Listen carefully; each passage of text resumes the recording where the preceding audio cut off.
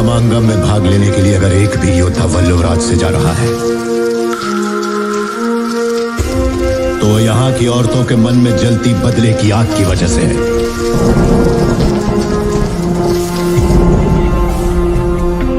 ऐसी ही वीरांगनाओं की कोख से मैंने और तुम्हें जन्म लिया है।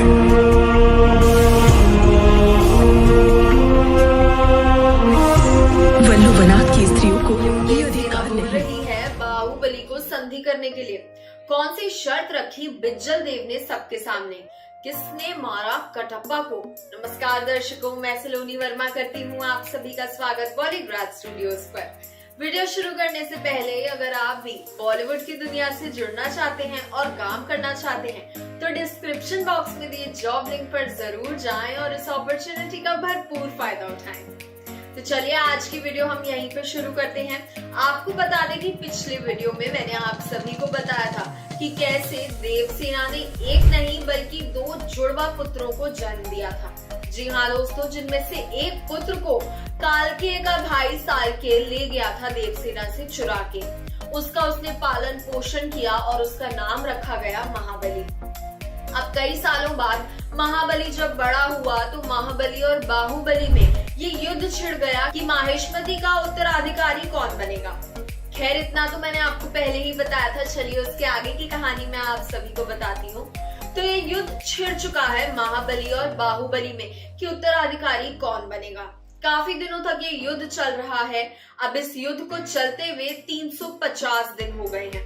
खैर इस युद्ध में कई लोगों की जानें गई, लेकिन अब तक कोई भी विजेता नहीं हुआ क्योंकि महाबली और बाहुबली दोनों ताकत में समान हैं। आपको ये बता दें, जहां बाहुबली की तरफ है कटप्पा और कटप्पा के दोस्त असलम शेख, वहीं महाबली की तरफ है भल्लाल देव के पिता बिज्जल देव। ये सब तो हो गई युद्ध की बात। अब युद्ध चले जा रहा है।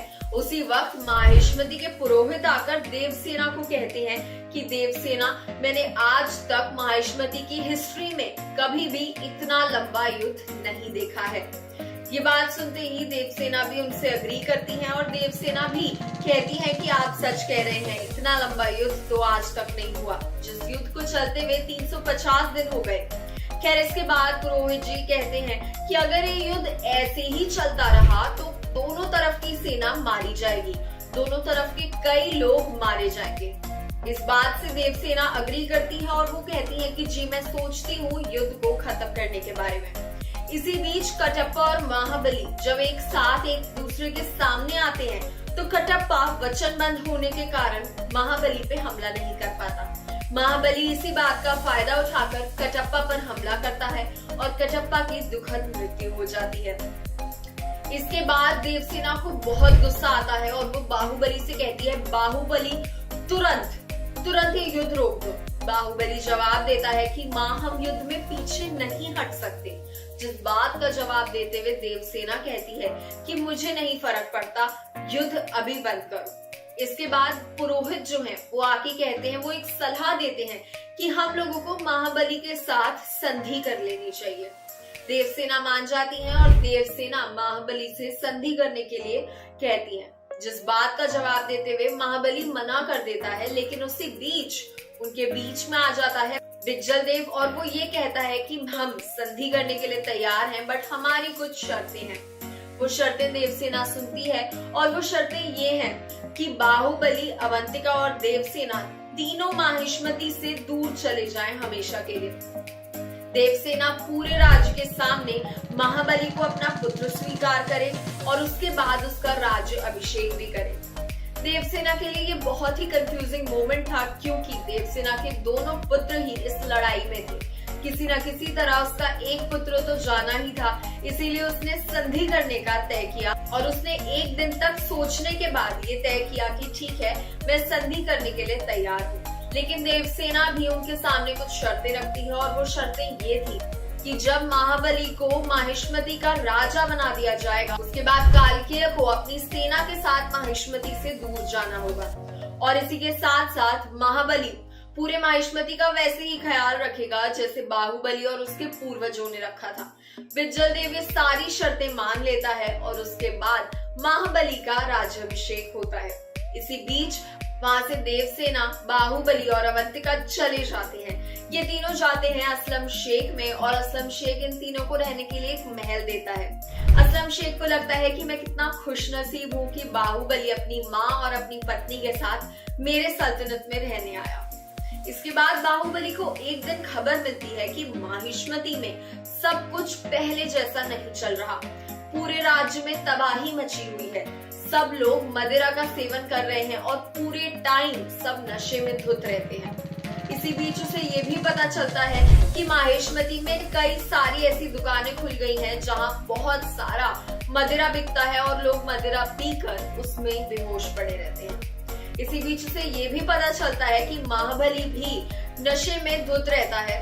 वो इतना नशा करने लगा है कि उसकी मेंटल और फिजिकल हेल्थ उसके हाथ में ही नहीं है। उसे होश ही नहीं है कि वो कहाँ है। और इसी बीच ये भी खबर मिलती है कि माहिष्मती पर राज अब महाबली नहीं कर रहा, महाबली के भेष में कोई और कर रहा है। इस बात का पता लगाने के लिए बाहुबली सब लोगों को भेज देता है और उसे फाइनली ये पता लगता है कि ये सारी चाल थी बिज्जल देव की। बिज्जल देव हमेशा से ही चाहता था कि माहिष्मती पर सिर्फ उसी का वंशज राज करे, लेकिन बाहुबली की वजह से ये सपना उसका कभी पूरा नहीं हो पाया।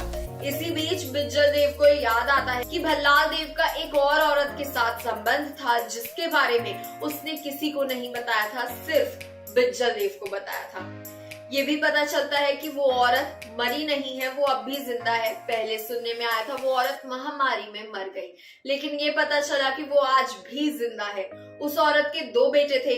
एक बेटा तो वो जो बाहुबली के हाथ मारा गया और दूसरा बेटा अब भी उसी औरत के साथ बैठता है, उसी के साथ रहता है। बिज्जल देव उस दूसरे बेटे को बुलाता है जिसका नाम कालदेव होता है और वो ही राज्य कर रहा होता है अब माहिष्मती पर। हालांकि राजा महाबली ही है, लेकिन कालदेव उसके पीछे से सारे ऑर्डर्स चला रहा होता है और वो फ्रंट पे कभी नहीं आता क्योंकि वो जानता है वो फ्रंट पे आया तो प्रजा उसे एक्सेप्ट करने से इनकार कर देगी। कालदेव भी अपने पिता की तरह ही बहुत ज्यादा दुष्कर्मी इंसान था। वो काफी ज्यादा खराब डिसीजंस लेता था। वो काफी राज्य के बारे में काफी ज्यादा नहीं सोचता था, बल्कि वो राज्य पर काफी अत्याचार भी करता था और ये उसी की बदौलत था कि महाबली इतना नशे में धुत रहने लगा था और माहिष्मती भी पूरा मदिरा का एक सेंटर बन गया था। इसके बाद बाहुबली डिसाइड करता है कि वो माहिष्मती पर हमला करेगा और वो हमला करता है। वहां से कालदेव को वो मारता है। उसी के साथ साथ बिज्जल देव भी मारा जाता है असलम शेख के द्वारा और वो अपने भाई महाबली का साथ देता है, अपने नशे में धुत भाई को संभालता है और उसके बाद दोनों खुशी खुशी रहने लगते हैं। ये थी बाहुबली 3 की कहानी। आपको क्या लगता है कहानी के बारे में कमेंट सेक्शन में जरूर बताएं। आज की वीडियो में बस इतना ही। मैं लेती हूँ आप सबसे विदा। फिर मिलेंगे यहीं इसी चैनल पर। हमारे वीडियो को लाइक करें, शेयर करें, चैनल को सब्सक्राइब करना बिल्कुल ना भूलें।